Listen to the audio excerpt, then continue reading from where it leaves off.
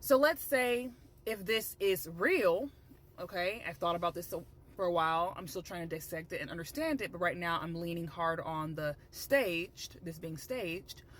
If this was indeed real and Trump was really shocked and not prepared for this incident because, you know, he did not stage this. This is not a staged situation.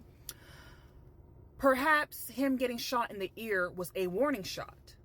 Perhaps he had a meeting with these people who did not wants him to step down, and they're like, hey, if you don't step down, we're going to do something to you. Okay? We're going to get you off this planet. Okay? And Trump is like, oh, please. I can't be bought. And he shows up to this rally, and lo and behold, they hire somebody, which I still don't believe is the 20-year-old, because it takes an expert to shoot you in the ear for a warning shot, right?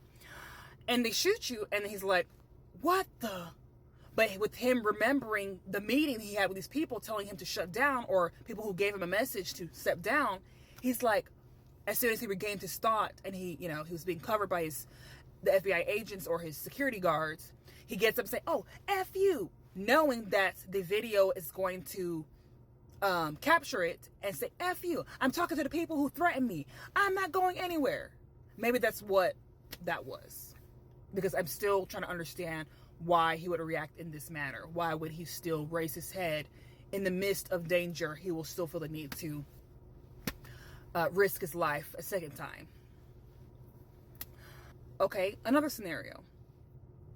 Let's say this was an actual attempt on Trump's life, and either someone hired this 20-year-old or this 20-year-old acted alone, which is pretty interesting.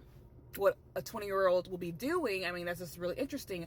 I know they have school shootings, but this is a whole different level, right?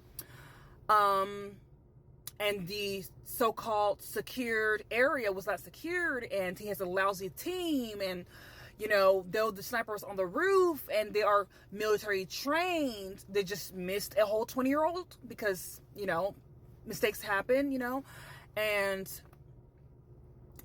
Trump gets shot by a hair, okay, and he is so celebrity and so social media driven that he does not care about his safety. He does not care about the other people's safety. He will still raise his head and be another open target to risk getting another shot, headshot.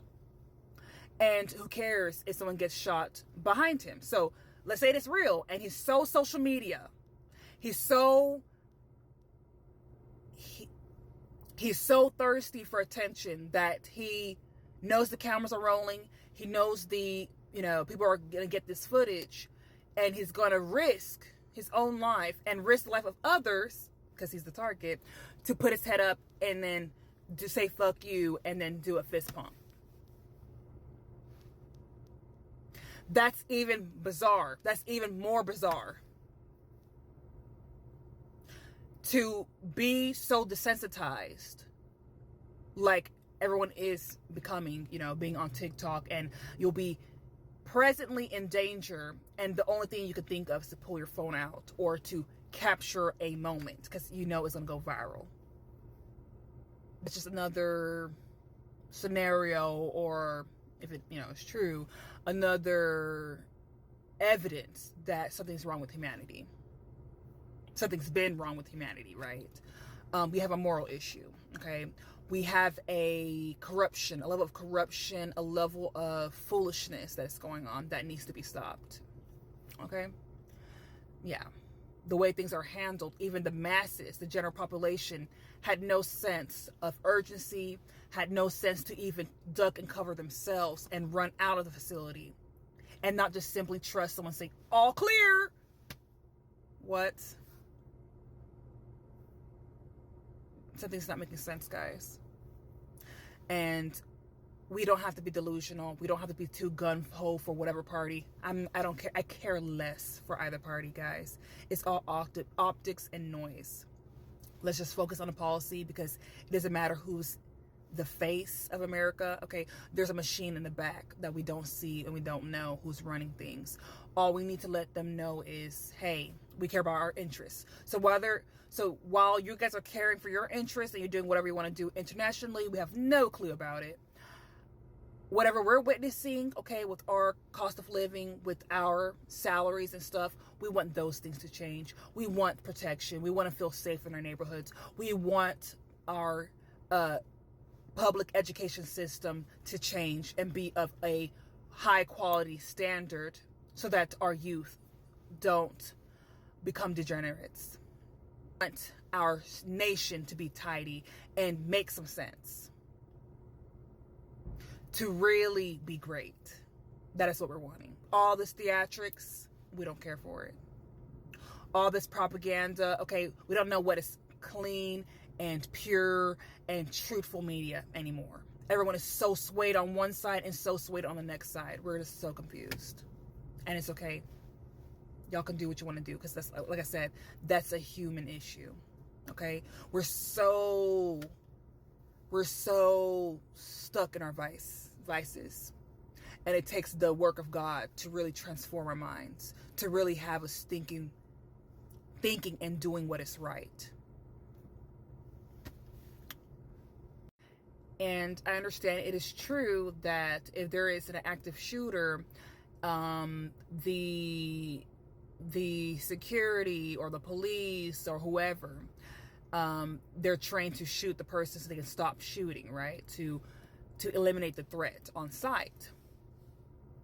The only thought I had with that is, wouldn't you want that person to be alive just a bit to see who are they working for? Are there more people out there trying to having an attempt on either president? Okay? Just like 9/11, we were so curious to know who was behind this attack. Because it's usually not just a one-off incident. It's usually something behind it. Okay? Not a measly 20-year-old. I don't think so. There's more to the story. And like I said, we need to focus on the big picture. And the big picture is, what policies do y'all want passed in your city, and the adversity that you guys are facing in your city or state? What do you know about what's going on? What policies are currently being implemented that is helping you? Or what policies aren't working or not being implemented, although it was signed on a dotted line and passed? It's just you're not seeing the evidence of the change. What is it? Can we brainstorm? Can we be unified? Although we are for one party or the other, can we come together and be unified and have a commonality of policies and things we like to implement in our neighborhoods, in our city, in our state, and then at a federal level? Why are we so at odds? Even if we have different opinions on this being real or fake, can we see the big picture and understand that we need each other more than ever? That we're actually greater in numbers? Okay? We, the general population, are the majorities, and our leaders are the minorities. And if we feel like they're being incompetent and they're doing too much theatrics and too much pandering, we're not hearing policies or actual change. We're just hearing empty and broken promises. Okay? What can we, the majority, do? How can we be more influential? Let's think of a solution.